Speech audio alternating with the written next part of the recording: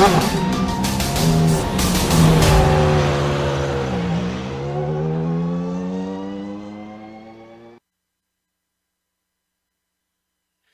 the Lotus 79 series continues its trotting of the globe, today we swap the twisting streets of Detroit with the historic sweeps and straights of Brazil's Interlagos. Will Parson and season-long dominance continue, or will today's race around this circuit throw up a different result? We'll find out soon as we get ready to watch round 9 of the Lotus 79 Grand Prix series, and you'll see it all here live on the Global SimRacing Channel. Hi, I'm DJ Clark, and joining me here in the booth is Austin Pahaka with Michael DeTurk. Behind the scenes is our director, Joe Peak, and he's using cameras provided by Dougie Beard. Interlagos has been a mainstay on both the iRacing and real world for many a year now, but for those unfamiliar, let's hop over to our Gsrc Lap guide to learn more.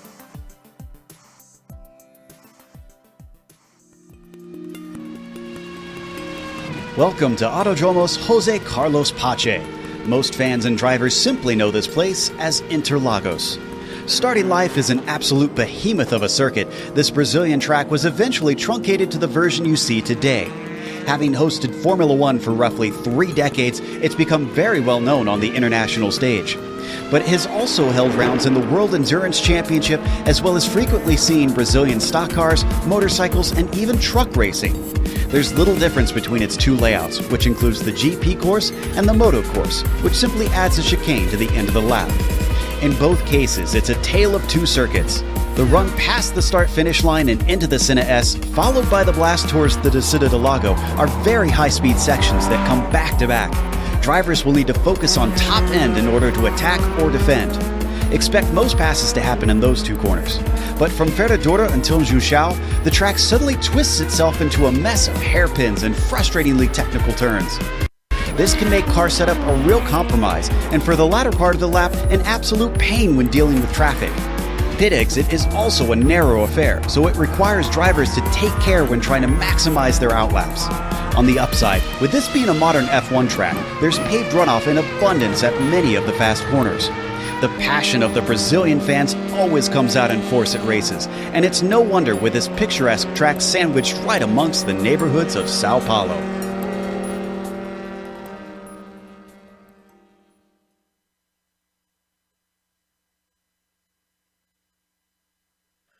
Well, Ozzy, that's a little bit of a look at the circuit overall, but how are these Lotus 79 machines going to take to this track? That's an interesting question, DJ. It's essentially a track of 2 halves. You have the main straight, which is very long, and then you have the Reta Oposta straight, which is kind of long, and then you have the very tight and twisty infield sector. So you have to tune it accordingly. These cars like high downforce. They do like when they're low to the ground, but it can be kind of bumpy. There's some elevation changes, so you can't really have the optimal car for all sectors of the track. So here, it's all about compromise. And as a result of that, you're never really comfortable. At least when I was driving, I was never really comfortable driving around here because you're either going to lose a lot of time in the straight line or you're going to lose a lot of time in the SS. The car's either going to be understeering in like Ese, Pinheirinho, Pico de Pato, and Junção, or you're going to be losing time on the straights. So, in other words, it's a racetrack that is a really good racetrack, but I can't imagine these drivers being too comfortable around here. And that is going to definitely bring up an interesting and challenging race. And on to the details, I suppose. Indeed, those details, by the way, it is round 9 of 12 in this series, and we are in store for a 33-lap race. And as you mentioned there, Ozzy, it is an open setup, so drivers will be able to tweak and tune depending on what they see fit, and that will be a key storyline I'm sure we'll be talking about over the course of the race. Bad news for them, though, no spare cars, so if you bin it, you are done, unfortunately. Drive-through penalty is given at 17 incidents, disqualification at 25, but considering this is the top split of this series, we very rarely run into anything quite of that nature, as we right now are in the midst of qualifying. Everybody just going around. But before we get you into that qualifying, let's go ahead and take a look at the driver's points. As I said in the beginning, Paulie Parson, an absolutely dominant this season. 145 points clear of his closest competitor, Paul Williams. Yuka trying to close in there on Paul as well, with Timothy Reed in the back. Karthik Pai making a good fight for 4th place, along with Gernot Friesche and a certain Michael de Turk, who is not going to be racing today, unfortunately, as he's up with us here in the booth. Pablo Suarez sitting back in 8th, Timothy Vaughn and Barry West rounding out your top 10. But what about the team's standings, Ozzy? In the team standings, you got McLaren in the lead ahead of the Wolf Racing team that actually historically did very well in 1979 also. Gave a start to certain Keke Rosberg. Well, not a start, but Keke Rosberg drove a couple of races for them as well. You got Team Lotus in 3rd place, that is the Martini Racing livery cars, and Ligier in 4th, and Renault in 5th place. So the French turbo cars doing also quite well this season, haven't blown up in every race. Tyrrell in 6th, Shadow 7th, Alfa Romeo 8th, then you got Brabham 9th, and Arrows Racing Team rounding out your top 10. So, a very, very interesting team standing, and let's just say a driver standing that is a very interesting DJ from 2nd position onwards. Very much so. But as we check in on the race at hand, we've got a name that may challenge that dominance a little bit. It is Andy T back into the series yet again, inserting his name here, and to the surprise of absolutely nobody, Andy is currently topping the leaderboards right now with the time. Oh, is Kyle Mosley able to put in a faster time there around as they go?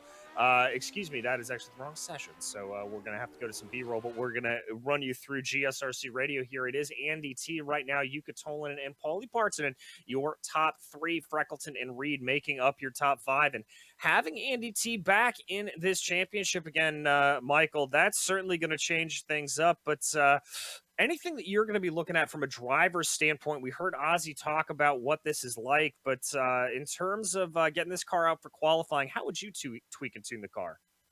Always prefer a slightly higher downforce set. I know that Interlagos has a couple of long straightaways that makes it difficult to defend when you're a little higher downforce, but getting the car working quickly, especially in this early morning, slightly lower temperature, lower track temperature session is going to be really important. So that higher downforce may allow you to see a few drivers just squeak away right at the start of the race and then maybe be on their back foot defending towards the end. Well, we'll have to see if that's going to put anybody off. Right now is we continue to have our qualifying session about halfway done. Paulie Parson able to jump over Andy T up into the top spot. Tolanen able to be in 2nd. And then T in 3rd, Lino and Honorado in 5th, as those top 5 work their way around right now. And not a whole lot separating everybody else. The top, it looks like 12, only separated by about 8-9 tenths of a second, Ozzy. Yep, so it's very, very close there. And as expected, it's very close. And, you know, I want to talk about, as we are not watching, but we are watching the qualifying here from the booth, and hopefully we can bring you the pictures live from Interlagos as well soon enough. Paulie Partanen, 6 wins this season, 5 wins in a row. And I want to throw this to Michael, actually. He likes to run a very low downforce setup. And you are a driver who historically, just as myself actually, had to usually prefer the high downforce setup, at least middle or high downforce, unlike Paulie and Gernot and a couple of others who like the fast straight line speed. So what can you do here to overtake a driver with a low downforce setup? Because you're not going to get a chance down at main straight. I mean, realistically, you have to get them in qualifying. And if you don't get them in qualifying, it's a matter of sitting there waiting for that mistake. You know, I kind of kick it back to almost looking at that Monza race between you and Gernot, where you just went at it head to head and head to head and head to head, and finally you had to throw it in to get it past. But I mean, that's really your only option, is you got to scare them offline going down into turn 1 or going into sector 2, and hopefully you can get that nose inside and just get them offline a little bit and then speed away through the 2nd sector. Yeah, Sebring, not Monza, but I get your point. My bad. I still remember that one. I had to eventually got the lead, but gave it away because I gave him a little bit of a love tap, and that's not proper racing. So, DJ, talk to us. Well, indeed, we'll have to stop you guys from reminiscing there a little bit, but I'm sure we've got plenty of that in store for us here today. Looks like we've just about got our qualifying all but wrapped up here. Daniel Andronov going to be the last driver to cross over, and he is actually going to come to a halt as he had a little bit of a spin coming down through the junction. And so that is going to wrap up our qualifying session here. It looks like as all drivers have been able to put in a time down on the board. Let's go ahead and run you through our starting grid with that in mind. Paulie Parson will be lining up in pole position. Jukka Tolvanen to his outside. Andy T surprisingly back in third with Mika Laino in P4. Gernot Frisha in P5 with Kevin Honorato in sixth. Paul Williams and Timothy Vaughn will make up row 4, followed by Kimmo Vaikalainen and Dylan Freckleton rounding out your top 10. Yep, and in 11th position, we have Uwe Trengeride, a familiar name, alongside Timothy Reed, who is actually 4th in the championship standings. Daniel Andronov, 13th, with Pablo Suarez, 14th. Then you got Jani Ryhänen in 15th place, Christophe Dubois in 16th. Gwendolyn Old is 17th, and she is going to be joined by Barry West in 18th position. Armando Edwards, 19th, and that rounds out your 19-car starting grid for the Interlagos race. And oh boy, are you in for a doozy, because I'm sure, DJ, it is going to be a good one. But I'm going to ask Michael, who's going to win this one? Oh man, you know what? I'm hoping I'm not going to jinx him here, but I'm going to put my money on Jukka getting his first broadcast win. DJ? I think it's pretty hard to bet against Andy T, even though he is starting in third. We have seen the outright pace out of that number 1. I've got to go with there. Ozzy, who do you have? Paulie Parson, who else? It's obvious. Paul E. Beard.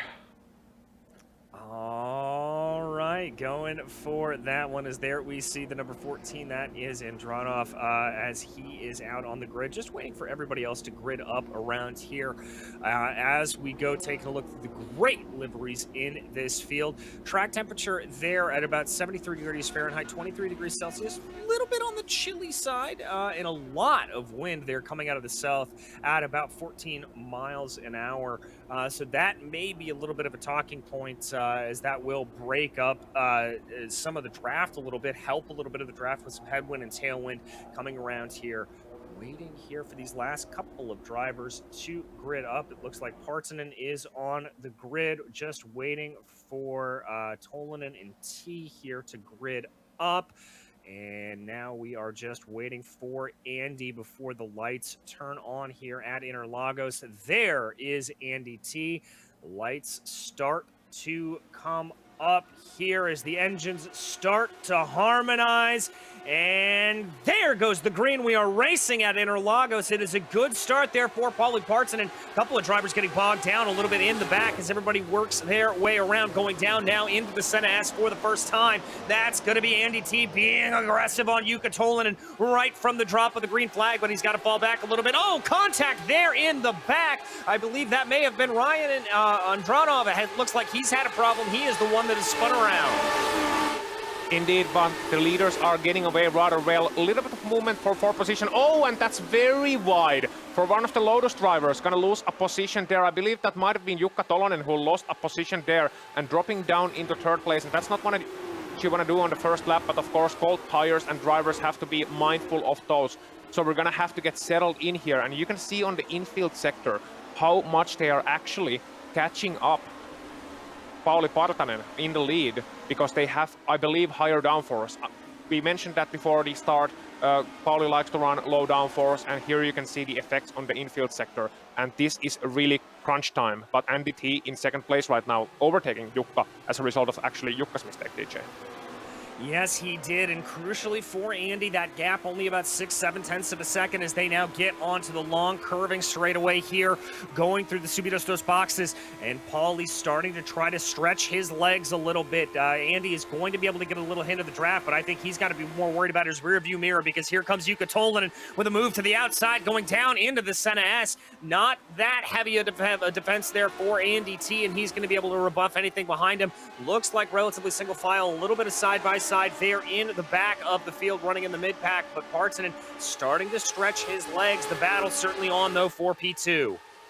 It is, and I wonder if Andy and Jukka are actually going to race this one. because Jukka was faster in qualifying, but Andy is very good on race pace, we know that. Both of them want to catch up to Paulie Parson, and the gap is actually less than 0.6 of a second, and 0.6 is when you start to get the proper draft down the main straight. And we saw last time that Andy was catching just a little bit onto Paulie on the main straight, even though he didn't really have the best of the draft. So if he can get like 3 or 4 tenths away, exiting the Junkao, then he's golden, and he can actually start trying for an overtake. And what that does is it prevents you from taking your own line into turn number 1. It prevents you from concentrating on your own line. And this is very, very much crunch time, as I mentioned, for the guys with higher downforce, because tires are still cold, the car's not feeling good, it's still very heavy, and Andy T less than 4 tenths away. I think we can see him even try for a shot down the inside this lap or the next lap. Well, we certainly closed that gap down. It's now coming down from that 0.3 of a second as they piloted their way off of the junction. T definitely starting to close in behind here as they break for turn 1, working on lap 3. T setting the fastest lap of the race for good measure as he goes, working their way now down through the Curva de Sol. Everyone relatively single file behind. It's a flip of the coin whether you want to make that pass down into the Senna S or down into the Decido do Lago. Everybody coming around there. Looks like Andy's lost a little bit of time. Good battle in the back there. That is Paul Williams trying to defend from Timothy Vaughn in the number 7. Vaughn looking particularly aggressive, trying to see if he can get a little bit of a run here out of the Decido do Lago. Yep, he's doing very well so far. But can I just give a shout out to the guy in the 4th place? I mean, that's a name I'm not very familiar with. Racing with number 17, Kevin Honorato. And he is from Club Iberia, but he's actually from France. With 3000 I rating, number 17, running in 4th place in this race. And that is an excellent, excellent, excellent result so far. Yeah, that is a very, very good run for him, although he has a lot of pressure from behind from Mikolaino as they continue to go around, working their way as they go. Trying to see if anything can happen here. Looks like Yuka is starting to draw in a little bit more. He is starting to draw a little bit more, and you can see that it is essentially forming into a 3-car train, as in the background, Leino and Honorato are having a bit of battle, and that's Mikko Leino moving up to the inside of Honorato and taking that 4th place away from him, with Paul Williams trying to challenge as well. And this is what I love about the Interlagos track. You have this long main straight, but then you have the 2nd straight as well, where you can also make moves after the Senna SS. And here comes Williams to the inside. Let's see if he can pull it off. He's in a good position, and Honorato actually braking very early and trying to go for the crossover move, but not able to pull that off as Williams closes the door on him. So it's 2 positions lost for Honorato after an excellent start to this race. And let's see if he can now cling on to the back of Leino and Williams.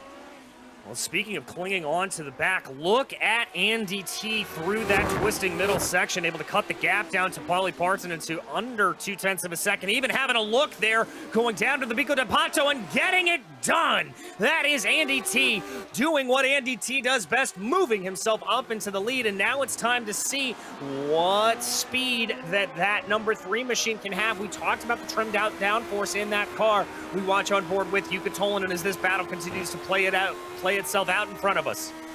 Indeed, and now we can see the straight line speed of Partanen, which actually isn't that big of an advantage. Look at him. He's catching up to T, all right, but he's not catching up as fast as we predicted. So Andy T pretty much taking notes, running with the low down for setup, but he made a mistake there, running a little bit wide, braking too late, lost the traction, and look at now Partanen. He's able to take it to the inside, and they're side by side, DJ. They're side by side, and Yuka Tolonen says, I'd like some of that too as well, please. He's going to fall back a little bit, though, trying to figure out who's got the best line. It looks like Partanen. Now it's going to be Andy T. Now it's going to be Partanen. Partanen has the advantage as they come through to the Decido do Lago, but Andy T muscles his way back on by side action here between the two as they work their way up the hill now through Ferradura. T trying to hold that outside line, maybe giving a little bit of a pinch to Partanen, and that is going to definitely cut it down there a little bit. Millimeters between the two. Yeah, Jukka came pretty close to contact in turn number 4, but that was millimeters from Andy T and Paulie Parson, and the netcode gods definitely smiling down upon us on that one, because that was very close to a disaster between the leaders, but they just averted it. And now look at that, Mikko Leino and Paul Williams and even Kevin Honorado starting to catch up to the back of this queue. So if they keep racing at this rate, it's not going to be a 3-car battle. It's going to be 4, 5, maybe 6-car battle for the lead. And we have some drivers with 0 broadcast victories, including Jukka Tolonen, including Mikko Leino. So they are definitely going to be hunting. And mind you, Andy T's last victory, first round of the season at Road America. He is last season's champion, but he wants to win every time he gets on the track.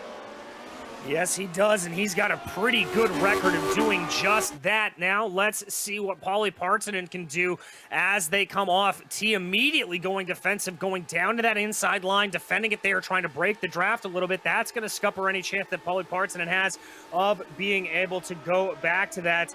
And Michael, talk us through what it is like to have to go side by side like that. Absolutely incredible stuff.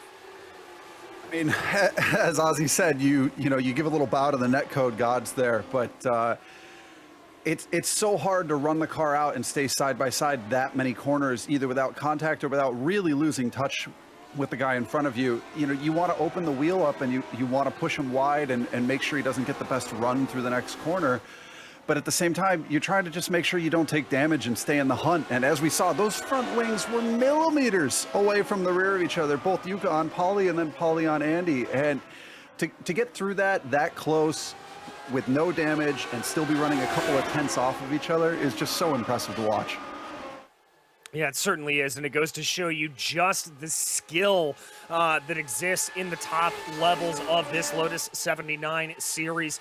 We head our way down the main straightaway again, working on lap 6. Parson continuing to stalk behind. A little bit of a battle starting to redevelop itself up there. That's Paul Williams, rather, and Mikko Leino. That's the battle for P4. Now, they're about a second off of our leaders right now, but T, wow, looking very, very defensive there as they come off of the Curva del Sol. I think he was a little bit afraid that Partanen was going to take a move on him, but it's more like Tolonen is maybe a little bit faster than Partanen at this stage of the race. You can see that Tolonen is having a very easy time living with Paulie Partanen's pace, and that's what can happen this is what can happen very often during the race, is when you got a draft queue like this, and you're sitting in somebody's toe, and you're catching them on each and every straight line. They maybe make a slight error. That can lead to a mental effect of, okay, I'm faster than the guy in front. It might not be true, but you're getting the draft and you're catching them on each and every straight line. And if they make a slight error, you might be fooled into thinking that, okay, I should probably overtake, especially if a slight gap starts to form. Because this is now calm. This is calm after the storm, and this might be calm before the storm.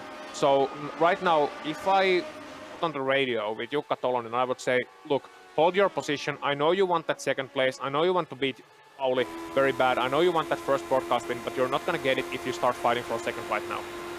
And we jump back here on board with Kevin Honorado, one of those drivers we were talking about earlier, as he sends a move down to the inside there of Paul Williams. Able to get that move done. Williams trying to fight back a little bit, blinking in and out of existence. Some connection problems there for Paul Williams. Very lucky those two didn't come to blows, and that has basically allowed for Mikko Leino to be able to move his way ahead and break out from that battle a little bit. He's got about a second and change over Leino to be able to move away, so he can just focus in on running up ahead to the best of his abilities.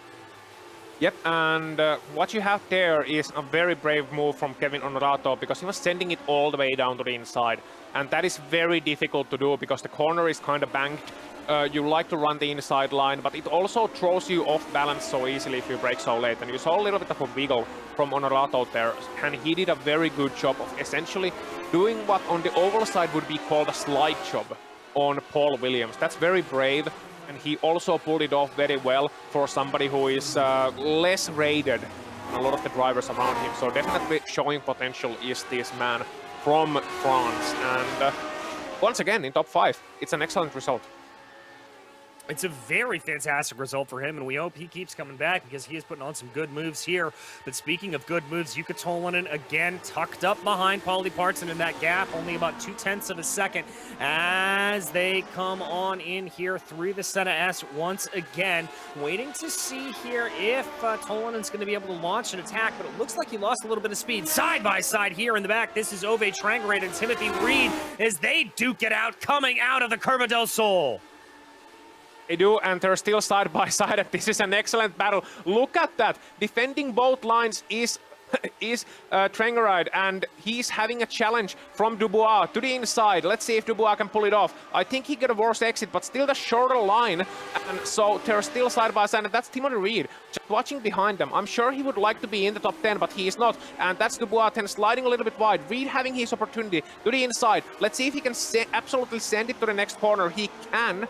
And Dubois, nothing he can do from the outside apart from the seat into the draft, and instead of gaining a position, he lost a position. And Michael, that is something that happens so easily in a battle pack like this. Instead of gaining a position, you can lose it, and that's why it's so treacherous running in the middle of the pack. And there's so many times. It feels so bad. You make a couple mistakes, you fight a little bit, and then suddenly you go, oh, hey, the guy that I was fighting for, 9th or 10th, suddenly I'm down in 14th, and I've had 3 guys go by me while I've lost confidence and overheated my tires. It's just so difficult when you get just a little bit offline, and then you got to try to recover. Indeed so. And DJ battles all over the track. This one for 7th place. Yeah, this one, Timothy Vaughn and Kimo working their way down out of the Senna S right now. Vaughn able to hold about a 0.2 of a second advantage. Kimo looking to see if he can get a move there. Not going to have it. But behind them, that was Dylan Freckleton in a little bit of a battle with the number 2 machine of Gernot Friesche. I believe that is Friesche having to defend that position. As here comes Dylan thinking about a move going up the hill through Ferradura. Not going to be able to get it done. And we've talked about this a little bit, but really since the tire update, as they come around, we haven't seen Friesche really be as dominant as he was in seasons past. And maybe, Michael, you can talk a little bit about what that tire update did to these cars and why that's throwing off Gernot. I'm not exactly sure why it's throwing Gernot off specifically. I think the car is a little harder to drive coming out of the low-speed corners, especially now as we take a little look at the replay here of Dubois having a spin going into the start of Sector 2. Looks like he just got a little bit too late on the brakes and maybe locked the rear axle up. But back to the tires, the car understeers a little bit more. I think it's a little more realistic in the undersized front tires that the Lotus 79 has. And for me personally, it requires a lot more front wing, which maybe just isn't quite to the style that Gernot likes to drive the car. But it certainly changed the dynamic and the aero balance, as well as making it harder to drive out of the low-speed corners with those rear tires just being able to light up a little bit more. Yeah, and to add a little bit to it, having spoken with Gernot before, he is not the kind of type who really takes well to changes. He doesn't have that much time to practice, so his experience with the Lotus 79 is a big factor, and he can certainly drive, but he doesn't have that much time to practice and, get used to these new changes. And that can be a very difficult situation, especially for someone like Gernot who has like a decade of experience with this car. He knows it inside out, but when something changes even a little bit and you have to relearn the driving style that you spent so much time honing and mastering. And something happened to Paul Williams. He's dropped into 11th, 12th place. Oh, never mind, it's just him blinking. Yeah, Paul's having some connection issues today, and that's something we've seen him have multiple times, although he is trying to have a little bit of a look there on Timothy Vaughn. They're going to be very, very wide, and Paul doing the right thing there, giving plenty of breathing room, but this is about to get a little bit hairy as they go down now into the corner, trying to see what they do. And Timothy Vaughn yesterday having a very good finish at another race on the channel at the Lotus 49s at the Motegi Oval. That's right, we take those Lotus 49s out on ovals every once in a while. Here comes a little bit of a three-way draft, though. Williams still having some connection issues as he tries to balance that fight with Timothy Vaughn. This is the battle for 6th position, and that is Kimo here directly behind them. He is going to tuck up behind, see what he can do. The number 16 trying to see if there's an edge to be gained. Williams is going to be able to hold that out as they come up into Esse right now. Doesn't look like there's a lot of advantage there, and I've got to imagine that having that blinking car like that, Ozzy, just really throws all the drivers around him for a loop. Yeah, because you can never really be sure where they are. I mean, at this point, at least it's Paul Williams, somebody who is a consistent driver, somebody who seldom makes like errors on his own. So they can trust that, okay, they're gonna be where they left off, essentially. But if something happens to a blinking driver during the time when they disappear from the plane of existence and enter another one, and when they come back and they're in a different position, that can easily lead to a calamity. And so that's something that is going to prevent Von and Villiakainen from racing him that close. And here comes Williams to the outside. A very nice try of a move, but can't quite pull it off because he slid off a little bit too wide, and that's going to allow Von to take the place as they exit onto the straight between turns 3 and 4. And you can actually see this opens up an opportunity for Villiakainen. Yes, it does. Chemo's going to try to force his nose to the outside, carry a little bit more momentum, but later on to the winders is Paul Williams. Oh, and that is, I'm not sure if that was contact or him just spinning it up, but one way or another, that is Paul Williams down the order and into 10th.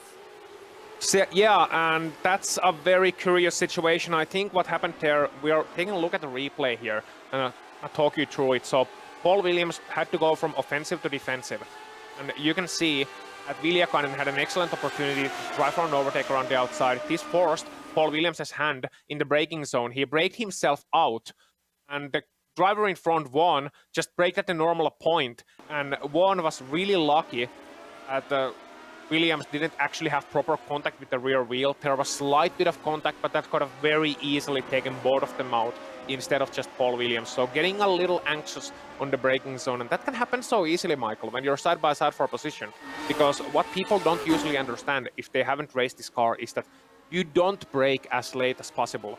You brake when it is the most convenient point, when it is the most consistent point, and you always have a little bit of give in the braking zone. Yeah, the car, actually, you have a surprisingly early braking zone in a lot of corners. And, you know, people always talk about, oh, you know, it's a tunnel car. You got to make sure you keep the speed up. You got to make sure you keep your corners, you know, relatively flat and balanced, get back on the throttle early. And that's true. But when you really try to defend and you have to brake late and you start to overheat those front tires, what happened to Paul can happen really, really quickly, where suddenly you've locked up and there is literally no recovery from it. I think all said and done, with the three of them that close going into turn 4 there, the fact that they all walked away with no damage is just incredible. Incredible indeed. And another thing that is incredible is this battle that we have that continues to rage on, even with Paul Williams out of the equation. Von, Chemo, Freesia, and Freckleton running line astern here. This is the battle for P6 as they go. Looks like Gernot here having a little bit of a good run, able to carry some better speed through those corners as they now work their way up the hill. Vaughn trying to break a little bit out of the draft. He's got 7/10 up as Paulie Parson sets the fastest lap of the race in his attempt to chase down Andy T. Yeah, so we got a couple of interesting battles. Let's talk about this situation first, with Gernot in 8th place, catching up to Villiakainen, catching up to Vaughn. Now that they got rid of Paul Williams, it is going to be a consistent battle, but Prix making a bit of a mistake in Senna SS, and that's going to allow Dylan Freckleton potentially get an opportunity. Let's see behind him what will happen here. No, Freckleton actually tucks into the draft of Gernot Fritsche, trusting the Austrian. And why wouldn't you trust the Red Baron to lead this pack down? But then we got the leaders. Actually, Michael has been keeping a very keen eye on the leading battle with Partanen and T breaking off Tolonen's toe. And right now, it's just the two of them. And Paulie has all the time in the world to make his move if he can hold on to the back of Andy T. So it's gonna be very curious to see what happens here. Andy's not been able to get away just quite yet, but look at the lines, Michael, of Paulie Partanen. I think he's using a lot of the track, and it looks like he's really struggling to stick behind T. I wonder if his car is tuned more for understeer in the clean air, and when he's behind somebody, I think he's struggling just a little bit. Wouldn't surprise me. That change that we talked about with the tires and a little bit with the aero balance in the car certainly means that it feels like you have a dirty air effect a lot more in this car now. That being said, I think that Paulie's doing a really great job managing it. He has been consistently closing the gap down to Andy. You know, he's got it down to 5/10 now, which actually last lap he was down to 2/10 when they came through turn 1. But, you know, when you get to this point, especially against Andy, I think if he sees an opportunity, he just has to throw it in and try to make the move, because if he sits and waits, Andy is eventually going to get back into his comfort zone, and I think he's going to start walking away. Yeah, I have to agree with you there. Andy T in his comfort zone is not something you want to be able to do this as they go. And here we check back on the battle here. Michelino holding off that ever-charging Kevin Honorado. The gap down to about 0.4 of a second right now as they come down through Perejeño, trying to see if there's anything here. I'm incredibly impressed with the pace from Honorado, doing an absolutely incredible job to be able to keep himself up there. Let's see, Ozzy, what he's able to get out of this draft. Is he able to get the run off of the junction? Very good exit from Juncao. So, and as you said, it means junction. So whether we use the Portuguese, Brazilian Portuguese name or the English name doesn't really matter. But here, once again, on the straight line, you can see that Honorado really doesn't have the pace to hang with Leno on a straight line, so he has to make his move in the corners. And it can be so frustrating when you can just see the car in front of you. You can take the corners a little bit faster. There he got a little bit too much and compromised his exit from the Senna SS, but then once again losing time on the straight, so he has to make the move in the corners. And Michael talked about this before the race. These are really the trying times. You have to make the move on the infield sector if you can. You have to essentially wait for a mistake, but Michelino so far hasn't really shown that he is the type to make mistakes. Not quite able to hang with the pace of the leaders, but certainly a very good and very experienced driver. So it's going to be interesting to see what Honorado can do here, how he can challenge Michelino, how he can pull it off, and also these two guys not really knowing each other, so that has a big effect as well, DJ. Yes, it does, and it really looks like they're Honorado able to close in that twisting second sector as they go through. You saw the speed in particular he was able to take through Ferradura there. Absolutely incredible, working their way now down through the junction. This is where that top speed that we suspect from Michelino will start to come in a little bit more as he indeed starts to pull away a little bit. Obviously crossing over the halfway point here in this race. Probably a good time to talk a little bit about tire wear. Michael, you know, since these new tire updates have come in, tire wear has become a little bit more of a talking point than it used to be. Yeah, the tires do wear more than they used to. You see a little bit more progression throughout the race. The car still gets faster throughout a race. You see, you know, the first 1 to 3 laps, the tires really start to heat up. Lap 3 through 5, let's say it, are your burners. You really want to try to get on throttle and just hammer away from the guy behind you. And then you kind of settle into a bit of a lull. Throughout that lull, let's say lap 5 through 18 or 20, the car gets faster, not because of anything other than fuel burn off. When you're losing that 6 to 8 pounds of fuel, sorry, that is the wrong number. But when you're losing that fuel throughout that section, the car's getting faster because of straight line speed, and the fact that the tires are rubbering in. At the end, yes, we're starting to see some wear now. And previously at Interlagos, where it was 60-degree track temp, you could see, you know, the tires down to 40%. Whoa! Whoa! Sorry to cut you off No, you're there. fine. That was Gernot with a big moment. Oh, Gernot Fritzsche, and that's something we're gonna see more and more of him. We've seen more mistakes from him, because back in the day it used to be like Gernot Fritzsche makes a mistake, well, you can time it with a leap year.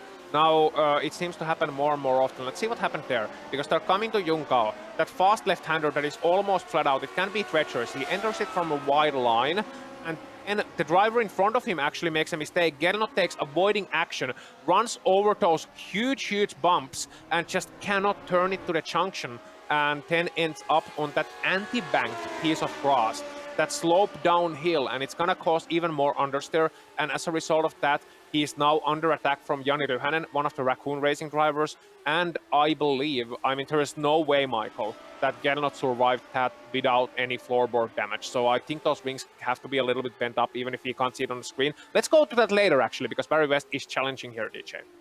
Yeah, Barry West trying to send the move down to the inside of Armando Edwards. They're going to be side by side, maybe a little bit of elbows out there from Barry West, but Edwards looking for the cutback as they come out of the Descida do Lago. That's going to be preferred position to Barry right there in the 18. He's going to hold that car up and around.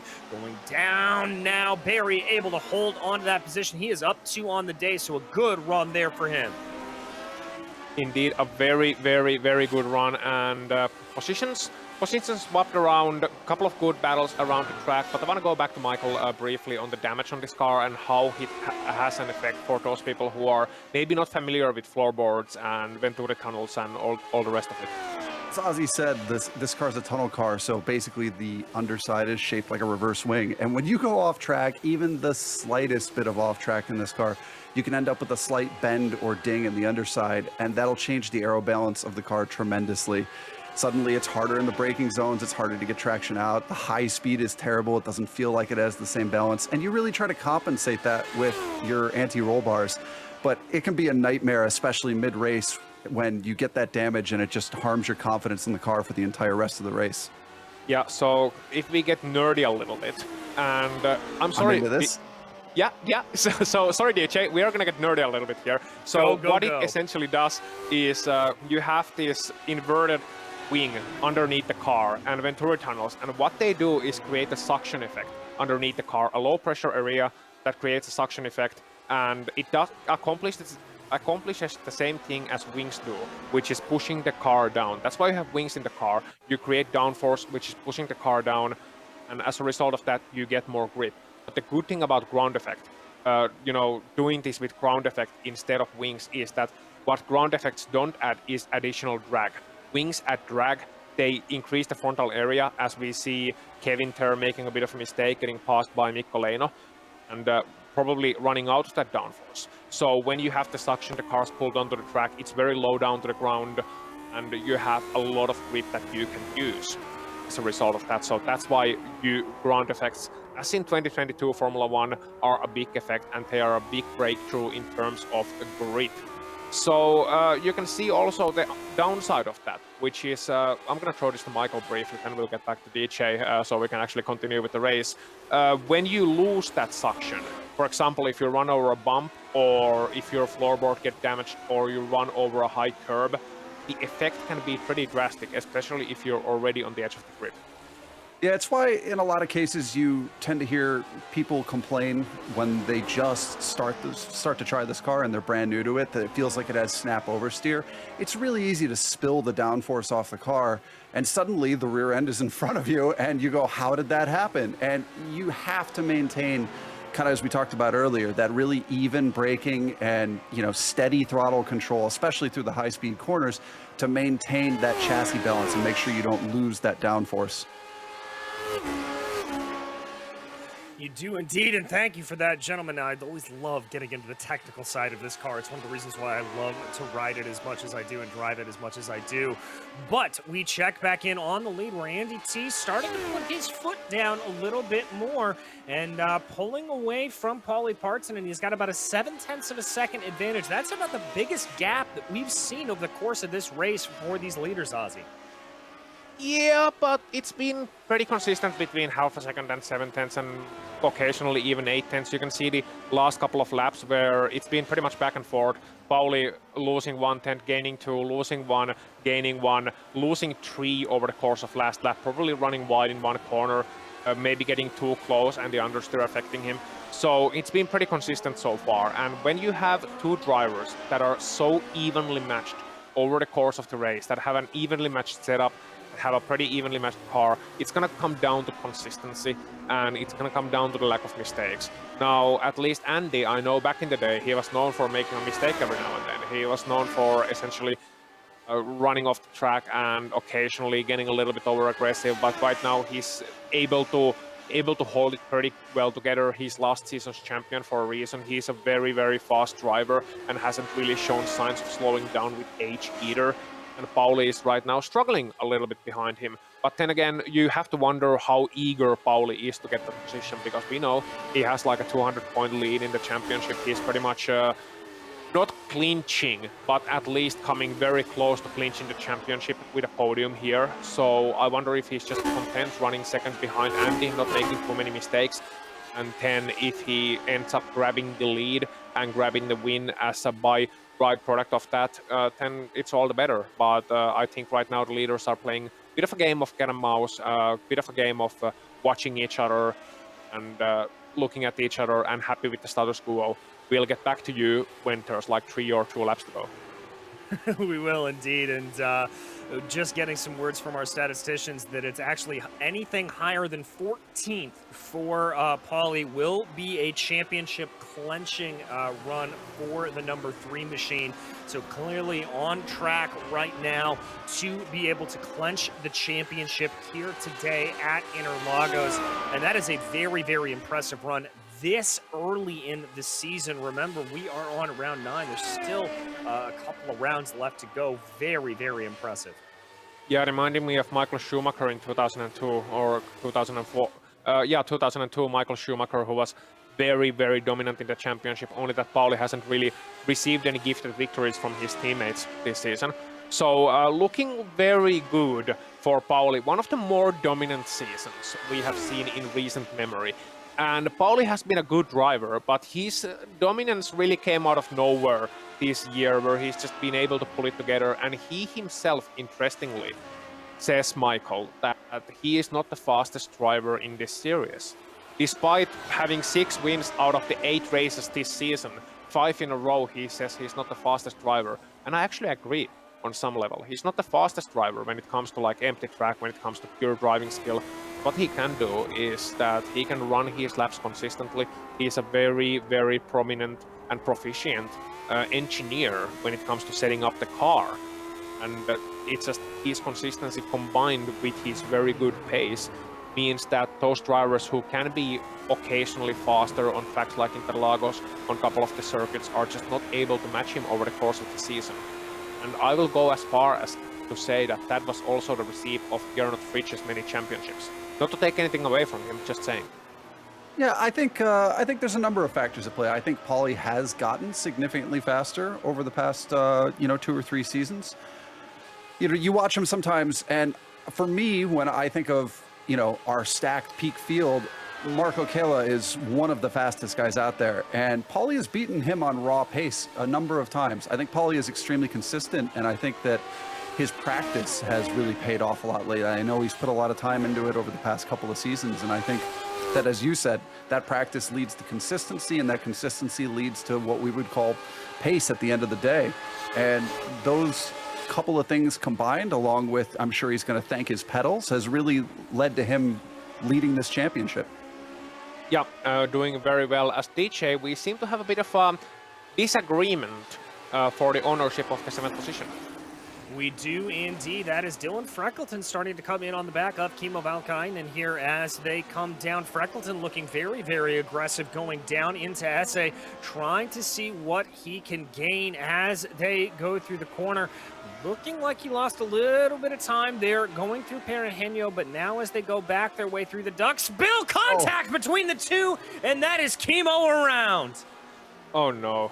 Oh no, oh no, no, no, no, no. And he's trying to get it turned back around and doing a very good job of that actually. That looked a little bit risky, but he was never at the risk of running back to the racing surface itself, even if it was very close. So let's see the replay of it.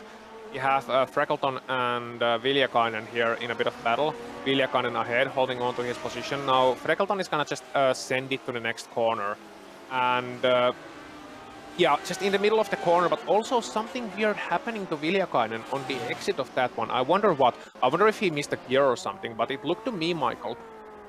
Yeah, let's listen in on this one. And what happened here coming out of the corner specifically?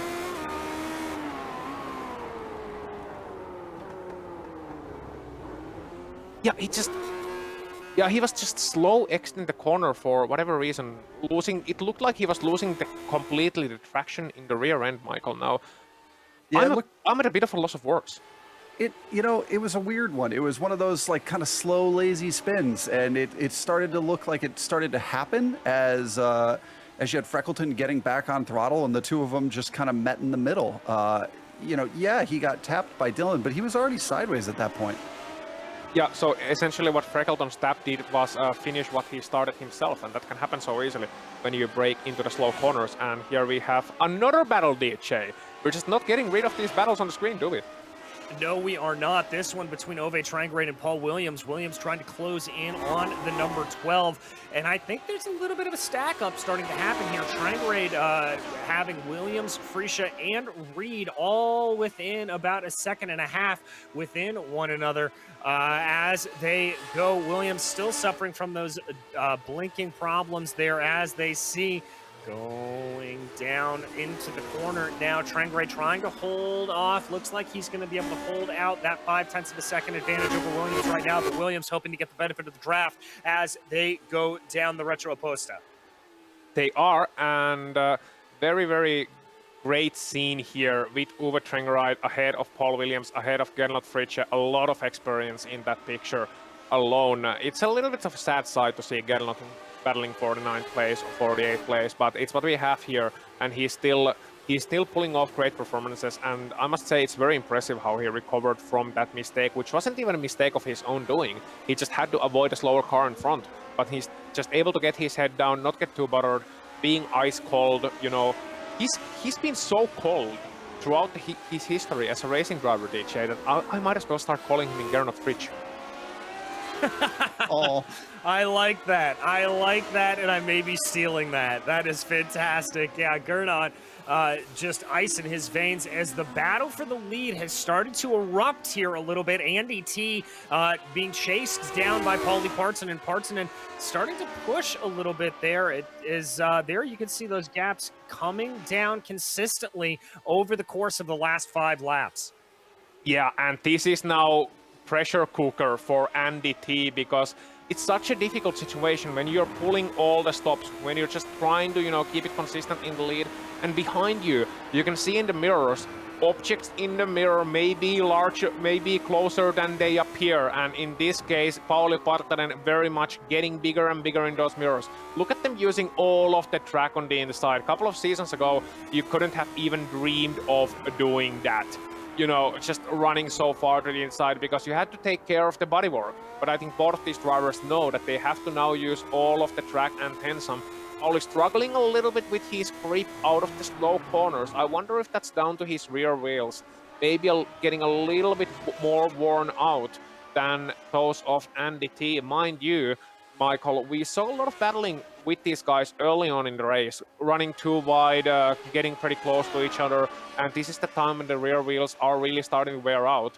And despite the surprisingly cold track temp for Interlagos, where it can get very hot indeed, and you can see them on the screen right now on the top half, still at this point, 5 to go, those rear wheels are pretty much shot. They're definitely going to be seeing some wear. I'm not sure I'd say exactly shot, but those hairpins in the middle sector are so difficult to get traction out of.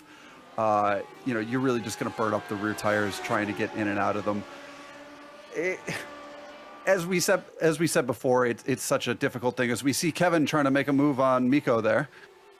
Yeah, dives down into the corner. Very late braking move for Kevin Honorado, and he is able to hold that position off. Let's see if Michelino is going to be able to have any sort of response here as they charge their way up the hill. It looks like he is. He's going to try to sweep around the outside there of Ferradura. They're going to be side by side, wheel to wheel as they come in through the corner, but Kevin Honorado just feeds out Michelino, and that is going to get that position settled for now. But you were saying about those rear tires there, Michael.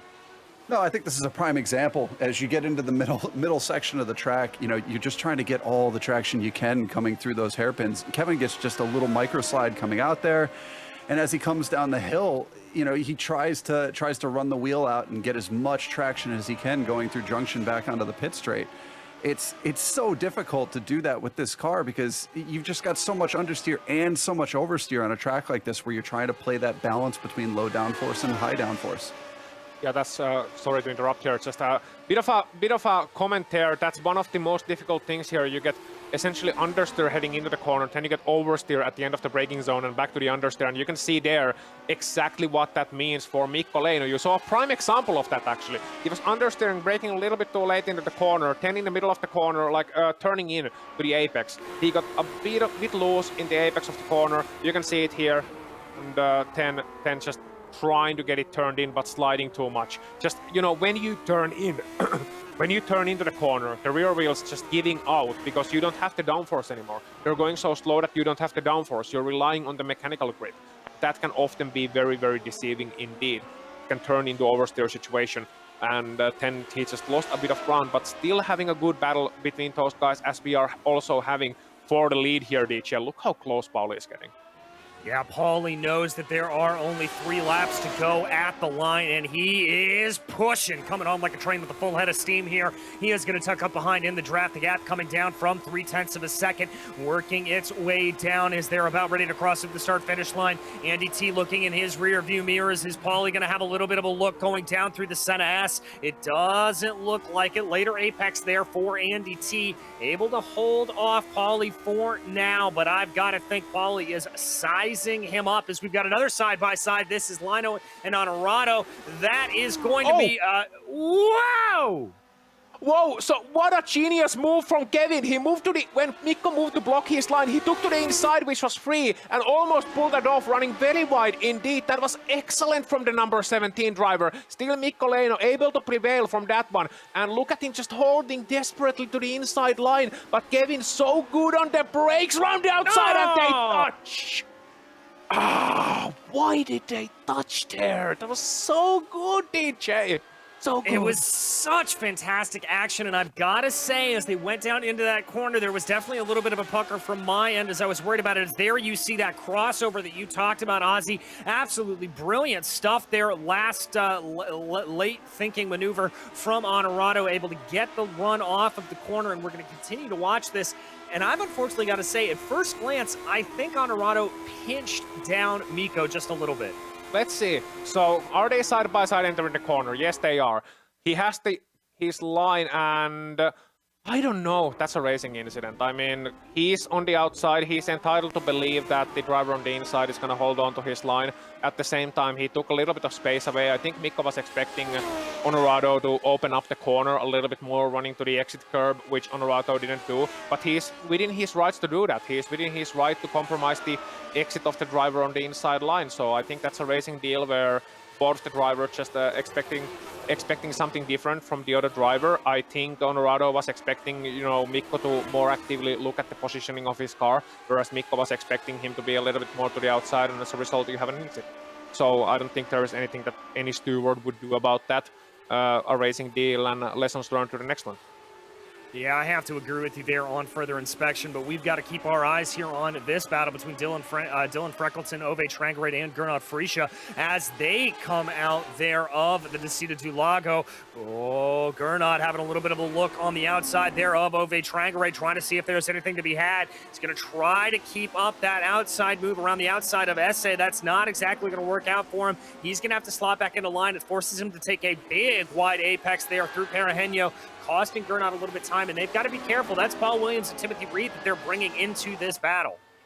They are, as we are starting the last lap. White flag, one more lap to go, and now this is crunch time for Paulie Parson. It's pretty much now or never, and we'll see if he has any tricks up his sleeve. If he has the old Gernot trick of lifting the throttle a little bit on the straight line of previous laps and leading Andy T to think that he maybe has a little bit less of a straight line speed than he actually does. That is a very old trick and a very good one. Running very close. Unfortunately, no cigar just yet, but I think, DJ, it's just gonna come down to the run out of the junction. How close can Paulie get up until that point? How good of a run can he get out of it? And then can he get the inside line and maybe nip Andy to the win? Yeah, I think that's what we're going to see this come down to. Paulie's just got to try to keep this nice and contained. A little bit of snap oversteer there coming out of Esse as they now come back up the hill into the Ducks Bill.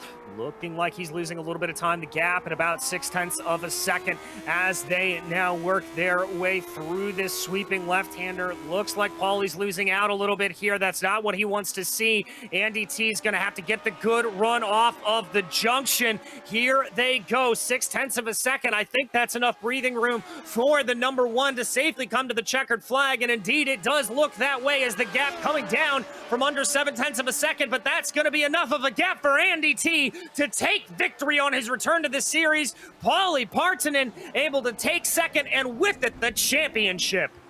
Indeed, some proper Yorkshire gold from Andy T. It was not cheap tea, it was pretty expensive tea today. And they are fighting still for 7th place. Freckleton, Trengrade and Gernot Fritsche. Can Uwe Trengrade do anything? The Norwegian driver coming down to the flag. It's gonna be very, very close, but no cigar. Half a car length between them, and that is Dylan Freckleton then taking the 7th place. But going back to the last lap between Paulie Parson and Andy T. We'll see a replay of that one. Look at Paulie's entry into the junction. That is rally stuff. He's so fast into there, and that correction at the last moment, it ruined his exit. It absolutely did. He was absolutely on the limit with that one, properly sideways, and did a very good job of holding on to that one, DJ. Very, very good job to hold on to that one. And that will take us to a quick break here on the Global Sim Racing channel. But do not go anywhere. We will be back with unofficial results as well as podium interviews after this short break.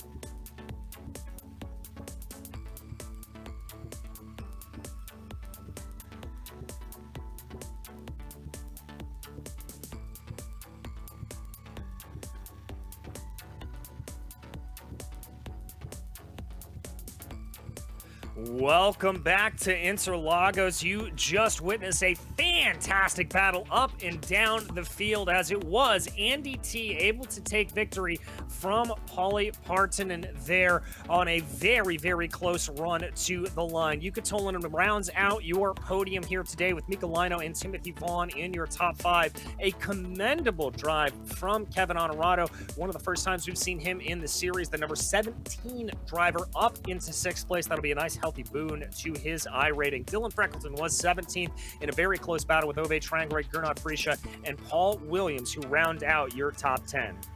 All of those guys within 30 seconds despite a long race. Timothy Reed ending up 11th, Jani Ryhänen 12th, and Kimmo Viljakainen dropping down to 13th place after being very well involved in top 10 battles. Christophe Dubois also having a difficult race today, ending up 14th, Pablo Suarez 15th, Armando Edwards 16th, and Barry West 17th. Retirements from this race, Gwendolyn Old and Daniel Andronov. Andronov's race ending up in lap number 1, and I think Gwendolyn was struggling with damage from that as well. And with that, I think we are ready to talk to some drivers who are ready for an interview, DJ. And I believe you have our race winner pretty soon on hand. I do indeed, Andy T. A bit of a defensive battle there, having to run in your rearview mirrors for most of the race. But welcome back to the series. What better way to celebrate it than a win? Yeah, thanks, man. You say welcome back. I'm not going to be here for like another 3 months now. So, yeah, good race. Good fun. Paulie wouldn't let me get away. The horrible draft word I can't say on stream. Well, talk to me about running at the beginning of the race. You obviously started in third place, had to fight very hard to get up to that top position. Was that really the goal, or was that just kind of taking advantage of what came before you? Yeah, of course I was going to fight for the win. Like my quali pace wasn't my pace. I did not have a great lap. And to be fair, I was making mistakes all over the place through that race. The car did not feel nice. I've been all over the place with setup as well. So yeah, it's good though. Like I say, there was a lot of pressure. Yuka and Paulie were absolutely rapid this week, like unreal quick. So the amount of mistakes I got away with, I'm very fortunate to have won that. Well, we know that Paulie tends to like to run a little bit more of a trimmed out setup. What kind of setup were you running out there today? I mean, it said you said you were having a little bit of problems with it. I mean, send me a direct message and we can talk about some coaching and a price for my set, maybe. Without going into details. Of course, man. Yeah, it's one of these tracks where you can't run the absolute maximum downforce, even though that's probably the fastest way round. And you can't trim the car out too much because then you're just miserable everywhere. So it's finding the balance where your top speed is roughly where everyone else is and you can still drive reasonable lap times. It's an irritating place. For sure. I know I've never really been able to figure it out, but there's a reason why I'm up here in the booth and you're in the car. But Andy, a win here today. Is there anybody you'd like to thank? Yeah, Yuka and Paulie keeping me honest with great pace. Raccoon Racing, Coach Ray, the fam, Hoops, because she's the absolute worst. You guys, and Michael de Turk for commentating on a track I know he wants to nuke. He hates this place. I don't know if he I mentioned so wanted that. to race it with you, Andy. I'm sorry. Yeah, of course you did.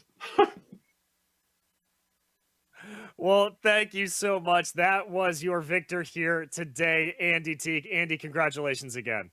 Thanks, man. All right, that was, as we said, your winner, Andy T. And now, Ozzy, I believe you have caught up with our second place finisher and championship winner, Mr. Paulie Parson. Indeed, Paulie Parson is your Sunday Grand Prix champion in 2022 Season 2, and that has to feel good to hear. Yeah, very, very good. I've been aiming for this for almost 2 years now. About 2 years ago, I tried first time this car, and I decided back then that I want to win a championship, and yeah, it feels very nice. Yeah, but one thing to win the championship and actually winning the championship are two very, very distinct and different things. So talk us about your Champions Road. What has it taken from that point 2 years back when you first drove this car and bringing your Mika Salo helmet into this series, the point where you are right now sitting at the top of the entire country of Brazil, entire world, as the champion of the world? Yeah, well, first of all, I was very slow split 2 guy. Like I had no pace, and for really it takes practice every week. Like for 2 years, maybe not every week, but almost every week I've been practicing these tracks and trying to be faster and trying to learn from the fast guys like Andy and Thomas and everybody that how those guys are going. And yeah, it takes a lot of practice, like unreal amount of practice.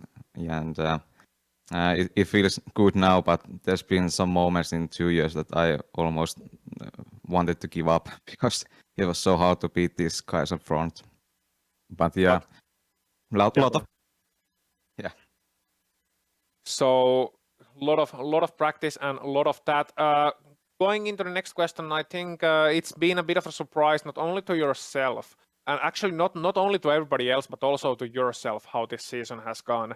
You have 6 wins, 5 of them in a row from the 8 starts so far. Second place here at Interlagos, an absolutely dominant performance. Did something just click with the new tires? Did you just find something extra special this season, which you haven't been found before? Where was the change between the Paulie who was able to run in top 5 to the Paulie who is right now essentially just making this championship his?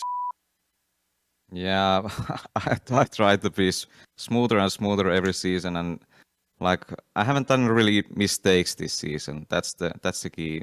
Like there's no major mistakes the whole season.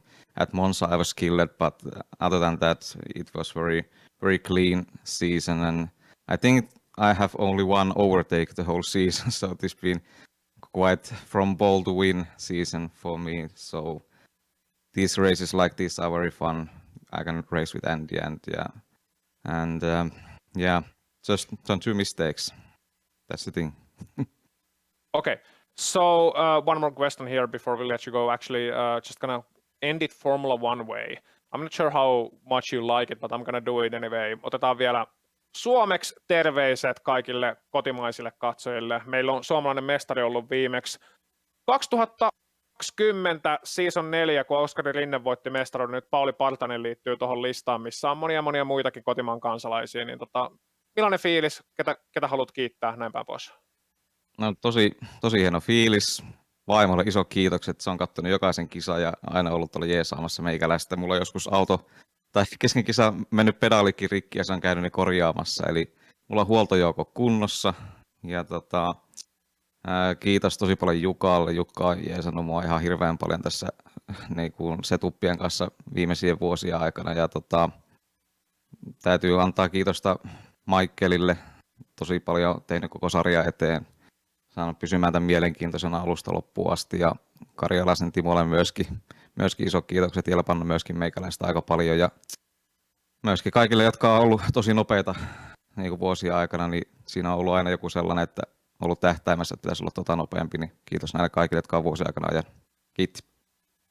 Thank you, Paulie, and once more congratulations for the championship. Thanks. So, brief translation of that, what he said for our international viewers. Thanks to Paulie's wife, who has helped him a lot and also fixed his pedals sometimes when he doesn't have the time to do so. Jukka Tolonen for helping him a lot along the way in getting faster. Michael de Turk, who is with us in the commentary booth also today, for everything he has done for this series, doing a great job. I second that one personally. Timo Karjalainen, who has also helped him a lot along the way and being a supporting force, and all the fast drivers so that Paulie can learn from them. And with that one, I think we can actually move to Michael, who is going to talk to one of the drivers mentioned before. Thanks, Paulie. Thanks, Ozzy. Yuka, unfortunately, or maybe thankfully, I'm not going to continue with the Finnish language since most of the words I know shouldn't be said on stream. But talk me through being behind Andy and Paulie fighting for those first few laps. What was it like from where you were? Were you just hoping for contact or just biding your time?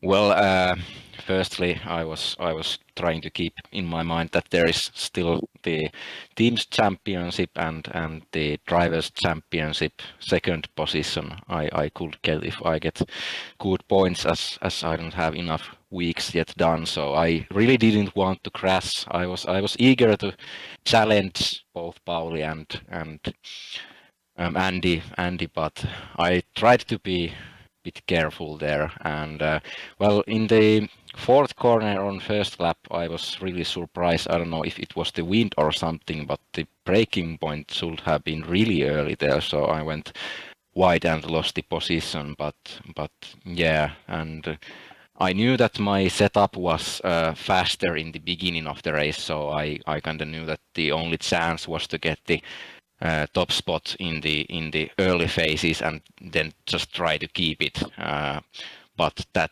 unfortunately didn't happen. And also I knew that if I was leading and there was both Andy and Paulie behind me, it would be like a huge pressure on me and it would be easy to crash or make mistakes and lose all those points, and then the season would be wasted somewhat. So yeah, I was kind of just looking if something happens and I get some, let's say, free opportunities there, so didn't want to be too aggressive.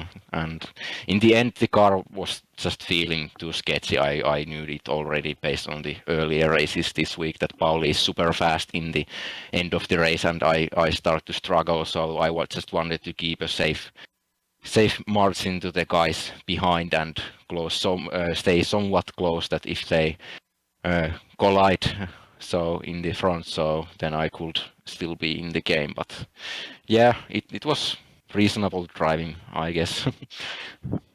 No, I think you did a great job. Congrats on third. Do you find the sunrise weather conditions to be an interesting challenge? I know some people have talked about being blinded by the sun, and others were excited about the fact that Interlagos didn't have lava for a track temperature this week. Yeah, definitely I'm one of those people loving Interlagos combined with a little bit colder weather, so you can actually push here. So last time here it was really like 60 degrees Celsius track temperatures, which just melts the tires if you push at all. So it was horrible in that sense. I think I really like this track and it produces great racing, I think. So yeah, combined with the cold weather, really, really good. Well, congrats again. Anybody you'd like to thank for this week?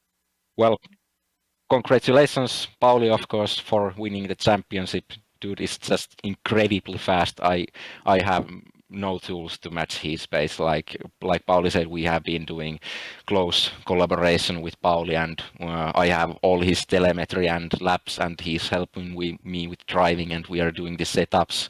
Maybe I'm doing a little bit more of the setup work as Paulie said, but yeah, I just cannot match. Well, this week I was able to match his quali pace, but in the long run, he always finds some tenths and is able to leave me eat the dust in the end. So huge respect to Paulie. Well, thanks again and congratulations, and congrats to Paulie on his championship. Thanks, bye. All right, well, folks, that's about going to wrap things up for us here on the Global Sim Racing Channel. But before we go, we want to give a special thanks to the companies that provide the software and hardware for our broadcast listed here on your screen. An additional thanks go to June Lalonde, who provides our wonderful music. Check out her Bandcamp for more of her awesome work.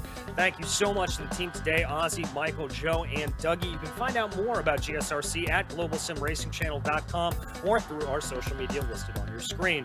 Also, please check out our merchandise store at gsrc.storenv.com. We keep a link in the description below. And don't forget to subscribe to our YouTube channel so you don't miss a moment here on GSRC. The next race for the Lotus 79 series will be at Zandvoort Sunday, May 22nd at 12:30 p.m. Eastern Time. We also have upcoming races listed on your screen, so check them out and mark them down on your calendars. The next race on the channel, well, that's going to be the Absolute Beginners League as they head to Le Mans here in about 15 minutes time. So we'll see you for that. But until next time, race clean, race hard.